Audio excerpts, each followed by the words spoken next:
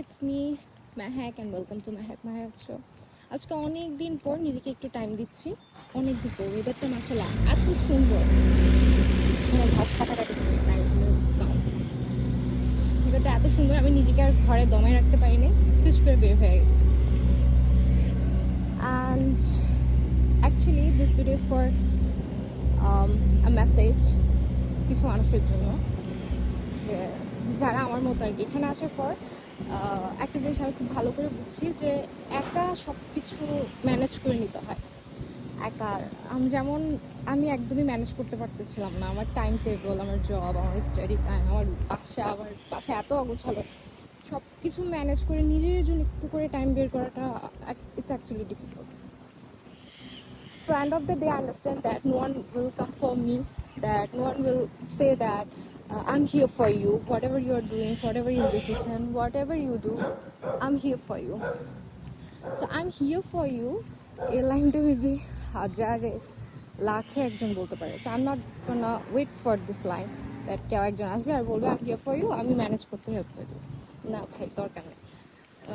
যেহেতু end of the day বুঝতেই হয়েছে, শিক্ষা নিতেই হয়েছে যে একাই সব কিছু ম্যানেজ করতে হবে, তো করতেছি। আগে যখন বাংলাদেশে ছিলাম আমার ম্যানেজ করার মানুষের অভাব ছিল।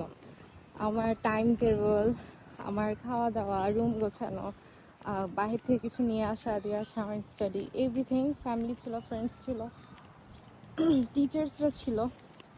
বাট এখানে হচ্ছে টিচার্সরাও অনেক প্রফেশনাল, ফ্রেন্ডস আছে, আমার খুব ভালোই ফ্রেন্ডস আছে, তবে নট লাইক বাংলাদেশে। বাংলাদেশের ফ্রেন্ডগুলো তো ছোটোবেলা থেকে, এখানেরগুলো তো নতুন, তো তাও অনেক ভালো মাশাআল্লাহ। তো এখানে তেমন কেউ নাই যে সাপোর্ট দিবে, হেল্প করবে, আল্লাহ ভরসা। তো দিন শেষে তো নিজেকে নিজেই গুছাই নিতে পারছি, অ্যান্ড কারোর জন্য ওয়েটও করতেছি না যে এসে হেল্প করবে, বলবে যে আমি আসি পাশে, হোয়াট এভার। আগে হচ্ছে বাংলাদেশে চুপ করে বসে থাকতে পারতাম না, এই তোমার মন খারাপ, কী হয়েছে আমাকে জানাও, লাইক মনের ব্যাপারটা যেভাবে বুঝতো আর কি আপন মানুষরা। এখানে তো এমন কেমন, এখন সারাদিন চুপ করে বসে থাকি, মন খারাপ করে বসে থাকি, রাগ হয়ে বসে থাকি, এখানে বুঝার মতো কেউ নেই যে এসে বুঝবে যে চুপ করে আসছে কেন, মন খারাপ কিছু হয়েছে, এরকম বুঝার মতো কেউ নেই। যদিও আমার কোওয়ার্কাররা মাশাআল্লাহ অনেক ভালো।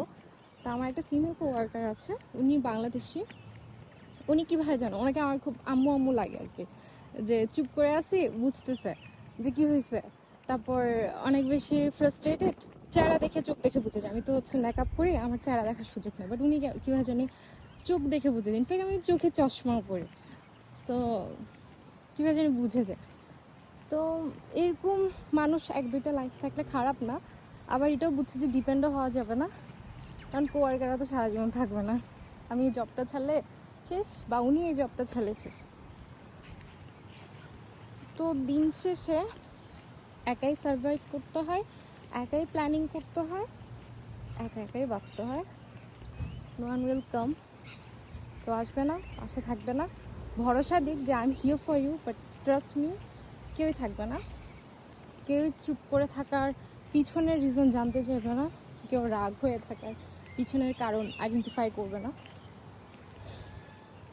অ্যান্ড মাশাআল্লাহ এইসবে আমি এতটাই স্ট্রং হয়ে গেছি, আগে তো একদমই একা থাকতে পারতাম না, আর এখন মনে হয় যেন একা থাকতে পারলে যেন বাঁচি। কেউ কেউ ষড়যন্ত্র করতে পারবে না, কেউ কষ্ট দিতে পারবে না, ডিপ্রেসড হব না, নাথিং। সো হ্যাঁ, একাই ভালো। এখন একা পার্কের মধ্যে ঘুরতেছে, আমার ওই সাইডে হচ্ছে পার্ক। আমি এটার ভিডিও মেবি আগেও দিয়েছিলাম, যে আমি বলছিলাম যে আমার এখানে একটা রিভার সাইড আছে, ওই সাইডটা হচ্ছে রিভার সাইড, আর এই সাইডটা হচ্ছে পার্ক। তো আমি এখন পার্কের দিকে যাচ্ছি। রিভার সাইডে যাব, বাট ভিডিও করবো না, রিভার সাইড একটু একটু ডেঞ্জারাস, তো আমি আমার মোবাইল নিয়ে সাইডে যেতে চাচ্ছি না। ইনশাল্লাহ কোনো একদিন। আজকের জন্য এতটুকুই, আল্লাহ হাফিজ।